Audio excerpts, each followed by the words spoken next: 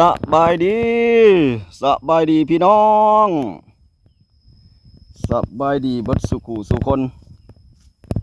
พี่น้องป้องไป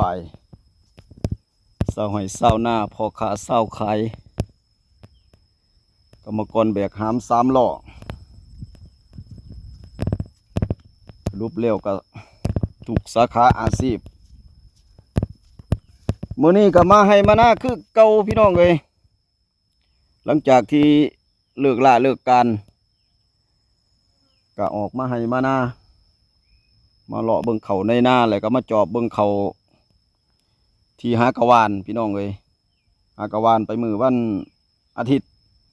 มื้อนี้วันหยังเลยวันนี้อาทิตย์จันทร์คานพุธมื้อนี้วันพุธหากะวานไป3 มื้อพี่น้องเลยว่ามันสิออกบ่สิแตกงอกบ่จังน้อยจังเบิ่งเดี๋ยวว่ามาเบิ่งเขาอันงามๆนี่ซะก่อนแต่ก็บ่แม่นเขาเจ้าของดอกเขาหน้าเพิ่นพี่น้องหน้าพี่น้องหน้าติดแดนกันนี่แหละนี่คันแดนคันใหญ่นี่หน้าอ่าวหนองของพอเป็นหน้าดินตอนเดียวกันนี่แหละพี่น้องเอ้ยเนาะแต่ว่าเพิ่นแบ่งปันเป็นพูดไผพูดมันแล้วนี่แหละคันแดนคันบักน้อยนี่แหละอันนี้หน้าของข้าพเจ้าเองก็มาให้มาหน้าคือเก่านั่นแหละพี่น้องคนดุว่าซั่นซะเลิกจากล่าจากการแล้วก็แล้วออกมาให้มานาคนดูคนมัน โมเมนต์คนขี่ข้านบอกคือเบาอันนั้นเบายังเกาะเบาโองขี่ข้านเลื่อนเฟซไปทางไหนก็เห็นแต่คลิปเบาโองคนขี่ข้าน เอาผู้คนดูก็เลยอันน่ะบริยูจะซื้อว่าสันซะออกมาให้มาหน้าพี่น้องเลยบอกว่าแต่วันถิดวันเสาร์วันธรรมดาหลังจากที่เลิกละเลิกการกลับมาจอบเบิ่งให้เบิ่งหน้าคือเก่าเพราะว่าเฮาคนดูเด้ เฮาเป็นคนขี้ข้านเพราะเพิ่นอันน่ะบ่องขี้ข้านโอ้ยตอนนี้กำลังเป็นอันน่ะกระแสเป็นไวรัลอยู่พี่น้องเอ้ยเลื่อนไปทางใดก็เห็นแต่เบาองค์ขี่ข้านแต่อิจฉาเราอยู่ได้ ขี่ข้านจนได้ดีคือเพิ่นว่าเนาะนี่แหละเพิ่นว่าคนขยัน อยู่ไสก็ลำบากคนขี่อันน่ะคนอยู่คนขยันอยู่ไสก็ลำบากคนขี่ข้านอยู่ไสก็สบายคือเพิ่นว่าชีวิตเบาองค์ตาอ่อนซ้อนเราอยู่ได้ขี่ข้านจนได้ดีเดี๋ยวนี้ปุ้ยหลายสำนักข่าว ก็ไปติดเกาะโดยเฉพาะก็แม่นครีเอเตอร์ทั้งหลายว่าสันซะไปกะไปถ่ายคลิปไปเฮ็ดคอนเทนต์โดยเฉพาะกะ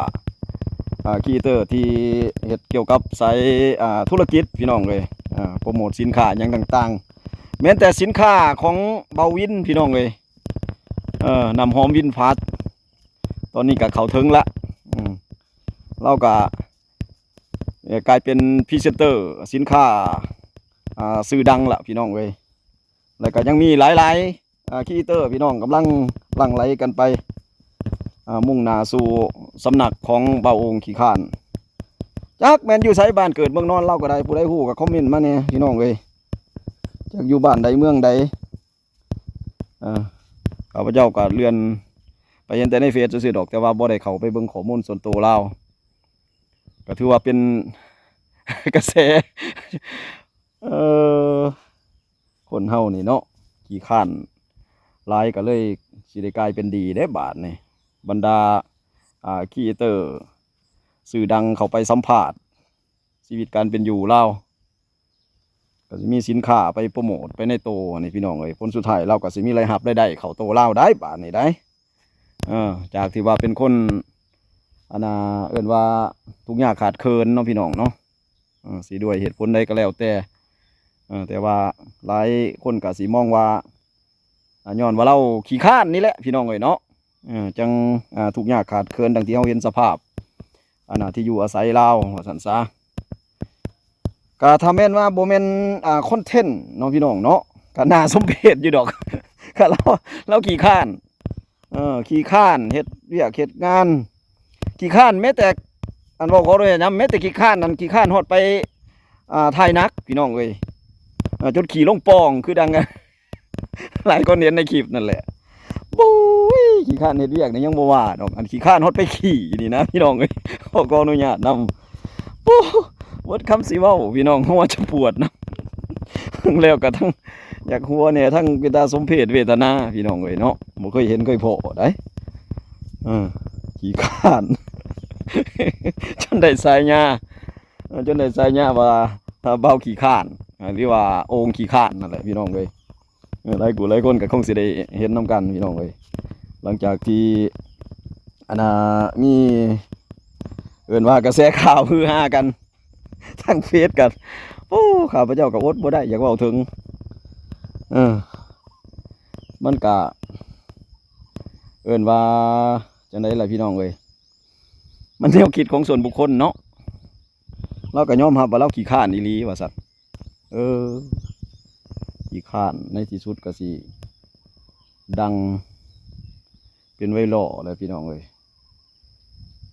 ขี้ข้านจนได้ดีเพิ่นว่านั่นแหละขยันผิดที10 ปีก็บ่รวยเพิ่นว่าแหละแต่ว่าขี้ข้านถูกโอกาสคือเล่าก็ผลสุดท้ายก็สิเป็นดีบ่ยักแลเพราะว่ายุคนี้ก็คือดังว่านั่นแหละพี่น้องเอ้ยการสิเฮ็ดคลิปเฮ็ดคอนเทนต์อิหยังก็แล้วแต่ถ้ามันเป็นกระแสนี่ก็ถือว่ามันก็สิเป็นโอกาสสร้างวิกฤตให้เป็นโอกาสคือจังว่าก็รอติดตามนํกันพี่น้องเอ้ยเนาะว่าอนาคตขององค์ขี้ข้านนะเล่าสิได้ดีย้อนว่ามีผู้ใหญ่ผู้รับผู้ใหญ่เขามาซัพพอร์ตก็บ่แม่นว่าสิมาเอาเงินให้เราโดยที่บ่มีเหตุผลดอกพี่น้องเอ้ยเนาะเพราะว่าตามสังเกตเบิ่งครีเอเตอร์หลายคนก็เข้าไปในเบื้องต้นก็จุดประสงค์ก็คืออันนึงก็คืออยากไปสัมผัสตัวจริงเนาะอยากไปเห็นตัวจริงบ้านเกิดเมืองนอนของเราหรือว่าเฮือนซ่านล้านแปดเราอยู่จังใดกินจังใดแต่ว่าหลายคนหลายท่านก็คือสิมีเป้าหมาย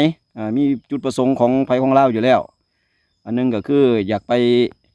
ช่วยเหลือเรานั่นแหละพี่น้องเอ้ยเนาะแต่ว่าบ่แม่นสิเอาเงินนี่ไปให้เราโดยที่บ่มีเหตุผลพี่น้องหลายคนก็สิมีสินค้าไปโปรโมทโดยที่ว่าให้เรานี่มีส่วนร่วมในการโปรโมทสินค้าจังซี่พี่น้องเนาะบ่แม่นว่าสิเอาเงินให้เราโดยที่บ่ให้เราเฮ็ดหยังจังซี่พี่น้องเลยเนาะก็เห็นคอนเทนต์หลายๆคอนเทนต์อยู่ดอกพี่น้องเอ้ยเนาะเจ้าไปสัมภาษณ์เราว่าอยากมีเงินบ่อยากมีชีวิตที่ดีขึ้นบ่จังซี่นะเราก็ยังลงท้ายด้วยคำว่าขี้ข้านนั่นแหละพี่น้องเอ้ยเนาะแต่ว่าก็แล้วแต่เอิ้นว่าพลิกไหวเนาะหรือว่าแนวทางของแต่ละคนว่าสิไปสุกยู่ส่งเสริมเราจังใดเนาะไปเปลี่ยน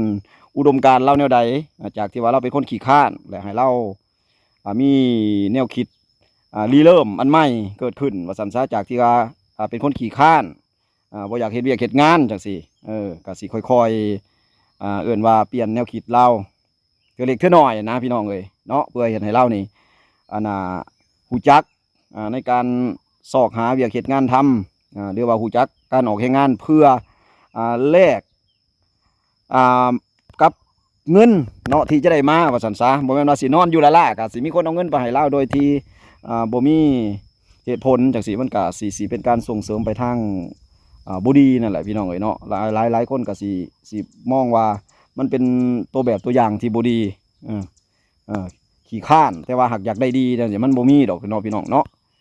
ต้องได้ออกเพื่อเทแฮงออกแรงงานเพื่อแลกกับเงินที่จะได้มาเพื่อเฮ็ดให้ชีวิตการเป็นอยู่ของเรานี่ดีขึ้นว่าซั่นซะเนาะหลายคนก็อาจสิมีจุดประสงค์แบบนั้นพี่น้องเอ้ยเนาะเอาก็ค่อยๆติดตามไปนำกันพี่น้องเอ้ยเนาะข้าพเจ้าก็สิเกาะติดสถานการณ์คือกันเนาะว่าผลสุดท้ายเราสิมีชีวิตที่ดีขึ้นบ่หรือจังใดพี่น้องเอ้ยเนาะแล้วก็เราจะเปลี่ยนแนวทางหรือว่าวิถีชีวิตของเราจากที่ว่าเป็นคนขี้ข้านสิเปลี่ยนชีวิตหรือว่าพลิกชีวิตของตัวเองให้มีชีวิตที่ดีขึ้นว่าซั่นซะพี่น้องเอ้ยเนาะคอยติดตามกันพี่น้องเอ้ยเนาะโอเคสำหรับคลิปนี้โอเคสำนี้ก่อนเนาะขอติดเกาะกระแส ของเบาโอขี้ข้านจักคลิปจักใดก่อนพี่น้องเอ้ยเนาะถ้าว่ามีอันความคิดเห็นแนวใดก็สามารถคอมเมนต์มาโอมาล้มมาแลกเปลี่ยนกันได้เด้อพี่น้องเด้อผู้ใดมีความคิดแนวใดเนาะเกี่ยวกับประเด็นที่เท่าองค์ขี้ข้านนี้เนาะว่าอยากให้เราเปลี่ยนพฤติกรรมจากเดิมเนาะไปสู่การพัฒนาเศรษฐกิจครอบครัวให้ดีขึ้นเทื่อละก้าวหรือจังไดก็เอาคอมเมนต์มาโอ้ล้มกันเด้อพี่น้องเด้อสำหรับคลิปนี้โอเคสำหรับนี้ก่อน